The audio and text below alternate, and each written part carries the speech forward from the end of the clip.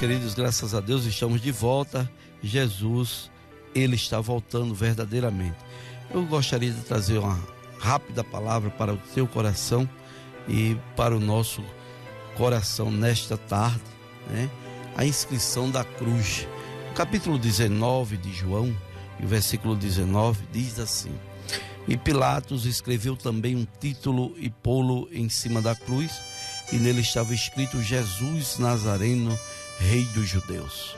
E muitos dos judeus leram este título, porque o lugar onde Jesus estava crucificado era próximo da cidade e estava escrito em hebraico, grego e latim. Pilatos escreveu, meu querido, também um título e colocou no cimo da cruz. O que estava escrito era: Jesus Nazareno, o Rei dos Judeus. Muitos judeus leram este título porque o lugar em que Jesus fora crucificado era perto da cidade e estava escrito em hebraico, latim, grego, na verdade. E a epígrafe escrita sobre a cruz trazia a condenação do crucificado e qual crime cometeu para servir de exemplo para todos os que os vissem sobre a cruz. No caso de Jesus, na verdade, era uma forma de escárnio, ao mesmo tempo em que relatava o motivo de sua crucificação e revelava quem realmente Jesus é, o Rei dos Reis.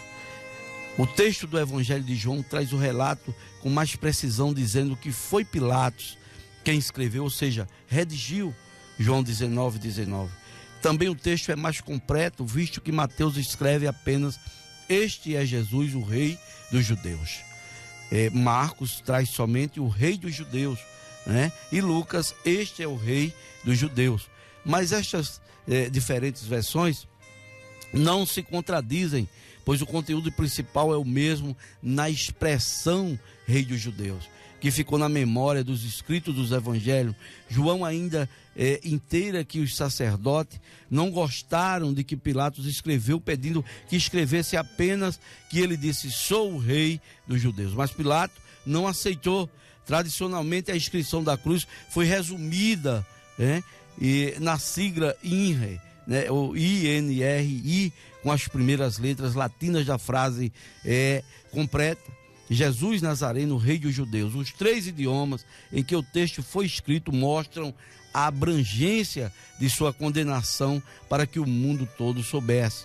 O que significa a inscrição da cruz? Em hebraico, condenação, né, religiosa. O hebraico era a língua religiosa, visto que o aramaico se tornou a língua oficial desde o cativeiro e o idioma dos hebreus passou a ser usado somente no ambiente litúrgico. O próprio Jesus falava aramaico, que era a língua em uso no seu tempo, mas os judeus também sabiam o hebraico, aprendido nas sinagogas. Muitas expressões aramaicas e hebraicas se misturam e são línguas parecidas em hebraico. A inscrição seria, né? O texto hebraico deve ser lido na direita para a esquerda, ou da direita para a esquerda. O objetivo de usar esta língua religiosa era mostrar para todos os judeus que Jesus estava sendo condenado, né? Também por eles e por sua religião. A religião condenou Jesus porque ele não veio fundar uma nova religiosidade. Essa é a verdade. Jesus veio ao mundo para revelar a presença do próprio Deus. Aleluia! Toda religião aponta caminhos ou direções, afirma suas verdades e descreve sua visão sobre a vida, mas o próprio Jesus, aleluia, é o caminho, a verdade e a vida. Aleluia! E ninguém vai ao Pai a não ser por ele. Em latim, a palavra em latim, condenação política, né? O latim era a língua romana, tá? Em Lucas 23:38. A Itália tinha o latim como seu idioma, de então o português tem sua origem do latim, juntamente com outros idiomas latinos, como espanhol e italiano, por exemplo. Em latim, o texto na inscrição sobre a cruz seria: Jesus Nazarenos Rex Iordeon. Note que as letras são as mesmas de nosso alfabeto, ou seja, letras latinas. Essa é a verdade. Todos os documentos do Império Romano, né, eram expedidos em latim. Aleluia! O que nos faz concluir que o latim foi usado para oficializar a condenação de caráter político. Jesus foi condenado pelo império porque afirmou ser rei, o que não era admissível. Lá em Mateus 27:11, desde o seu nascimento Herodes o perseguia porque não aceitava outro rei. Mas Jesus disse que seu reino não é este, aleluia, e não era deste mundo, mas sim o reino dos céus. Lá em João 18:36, para todos aqueles que nele crerem. Querido, no grego, condenação cultural, porque a cultura grega foi imposta em todo o império no tempo do imperador Alexandre o Grande, o chamado período helenístico. Devido à influência da cultura grega, se destaca pela expansão da ciência e da filosofia.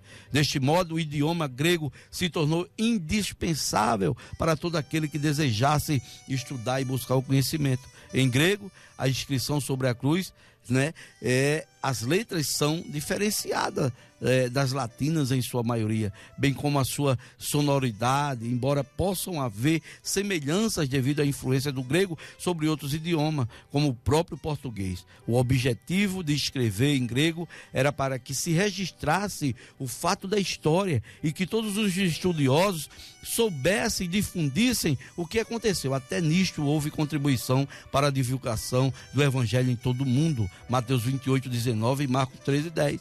A cultura do mundo sempre foi voltada para o pecado. Jesus veio para ensinar sobre o reino de Deus, que não é como as coisas mundanas, por isso foi condenado pela cultura. Desde aquele tempo já haviam todo tipo de perversão moral. Romanos 1, que fazia do evangelho uma cultura diversa aos costumes do mundo. Queridos, eu quero concluir dizendo que lá em Colossenses 2,14, tendo cancelado o escrito de dívida que era contra nós e que constava de ordenanças, o qual nos era prejudicial, removeu inteiramente, encravando na cruz. A inscrição na cruz também serve para nós, pois ali era o nosso lugar. E Jesus cancelou toda a dívida que era contra nossas vidas por causa do pecado. Mas em Cristo não há mais condenação, Romanos 8:1, porque nenhuma condenação há para aqueles que estão em Cristo Jesus, nosso Senhor. Então, Jesus foi condenado pela religião, pela política e pela cultura, mas o mais importante é saber, é que ele morreu por nós na cruz e que seja o rei em nossas vidas. Reconheça Jesus como seu rei e creia, querido, no sacrifício que realizou por você. Se você, como cristão, sentir-se condenado pelo mundo, lembre-se de que Jesus avisou: regozijai-vos e exultai, porque é grande o vosso galardão nos céus, pois assim perseguiram os profetas que viveram antes de vós, lá em Mateus 5:12. Então, meu querido, nesta tarde, creia que Jesus Cristo, ele é o caminho, é a verdade e é a vida. O mais importante é você, aleluia, crer, tendo cancelado o escrito de dívida que era contra nós, disse Paulo, e que constava de ordenança, o qual nos era prejudicial, removeu inteiramente, encravando na cruz. Então, que Deus assim te abençoe. Meus queridos ouvintes, internautas do programa Vidas Transformadas por Jesus, nós queremos saudá-los. Já vimos acompanhando Genilson, abordando o assunto que ele vinha abordando, e queremos desejar a todos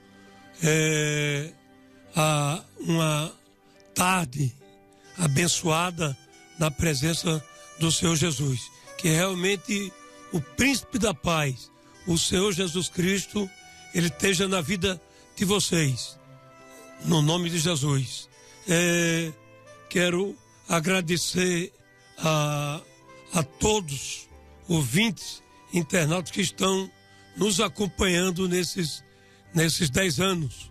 O programa está crescendo, graças a Deus, e isso louvamos a Deus em primeiro lugar e a vocês que têm nos dado essa audiência. Então, estamos gratos a todos vocês por essa confiança, por essa audiência. Queremos agradecer a colaboração de todos, o presbítero Genilson, pastor Pedro Paulo, capelão Batista, Márcio, que está vindo de vez em quando participando, Kelly, sonoplasta que tem abençoado o programa com louvores assim de alto poder de adoração. Salomão, né?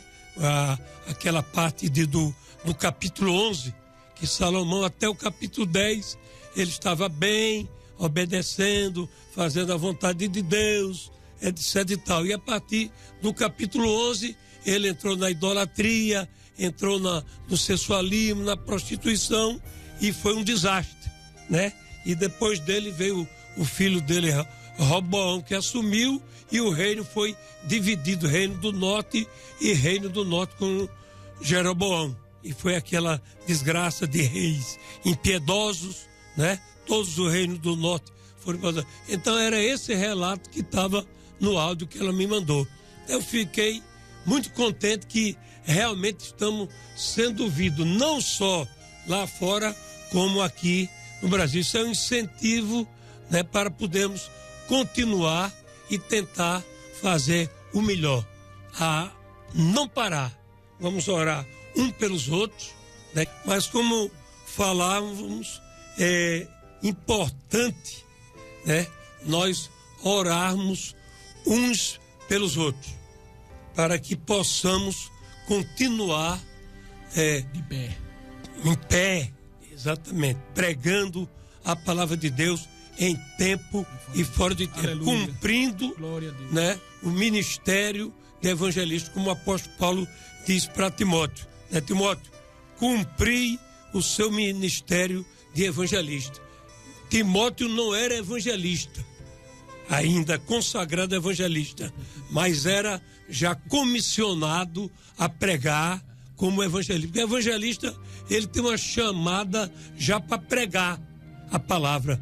Ele tem um chamado diferente do chamado pastoral, né? O evangelista é aquele que prega e leva as almas para a igreja ser pastoreada. Então nós aqui estamos cumprindo cada um com o ministério de evangelista, levando as pessoas a ouvirem a palavra de Deus, conduzindo-as a suas igrejas mais próximas. Nós aqui não dizemos vá para a igreja tal, nós não pregamos aqui religião. Amém. Pregamos Cristo vivo, ressurreto, né? Vemos ontem a Páscoa, né? Domingo, que Jesus ressurgiu, está vivo, está sentado à destra de Deus, glória vivo, de onde virá, ele voltará para julgar os vivos e os mortos. Essa é a nossa grande esperança. É como está lá em Israel, em Jerusalém, na caverna onde ele foi colocado o corpo dele. He is not here. He is resurrected. Ele não está aqui, ele ressuscitou. Então essa é a nossa grande esperança. Essa é a nossa vida, né? É pregar que ele está vivo. Todos morreram. Buda morreu, foi enterrado lá na lápide dele, está lá. Maomé, a mesma coisa, ele está lá, morto lá, mas o nosso Cristo, vivo, está vivo, ressuscitou ao terceiro dia, e temos esse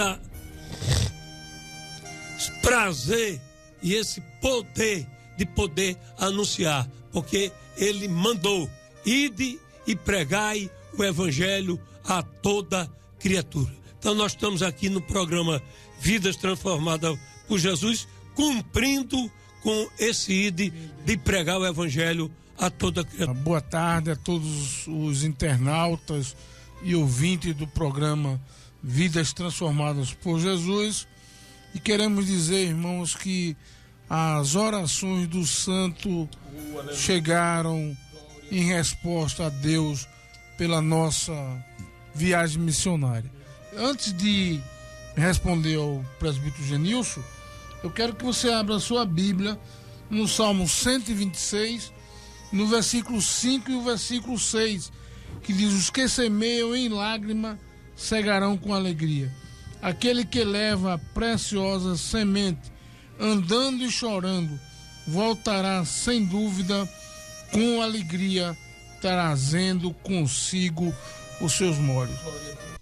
Graças a Deus, por tudo que foi feito. E nós temos, o pastor Pedro Paulo já é experiente nesse trabalho,